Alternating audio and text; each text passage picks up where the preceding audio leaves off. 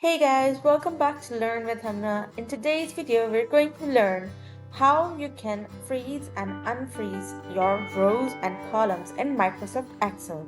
So let's take a look at this top row. I've already prepared it with how to freeze your rows in Microsoft Excel with the title, and I've also merged it and centered it. You can look at how to merge and center your text in another video that I have created. I have copied the link for it down below. For this one, let's take a look how we can freeze and unfreeze our text. So simply go to View option. Here you can find an option for Freeze Panes. So click on it, there will be a drop-down menu. Click on the drop-down menu and you will find multiple options to freeze your columns and rows in multiple ways. So here I'm going to select Freeze Top Row. So my first row, which is row 1, will be freeze. Now as I'm moving down, on first, second, even at the 150, it's freeze. The first row will appear in any curve. Now let's see how we can unfreeze it.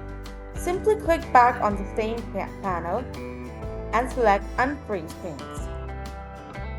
Now as I move forward, as I move downward, this has been unfreezed. Now let's try freezing column A. Now I have selected column A and I'm going to select the same freeze option. So let's freeze first column. Now let's go this way, and as you can see, the column A is appearing no matter how forward I move. And in similar way, you can unfreeze your panel. You don't have to click on freeze again, just click on the first option of unfreeze. And it's done. So in this video, you learned how to freeze and unfreeze your column and rows. If you like this video, subscribe to my channel and do not forget to click on the bell icon.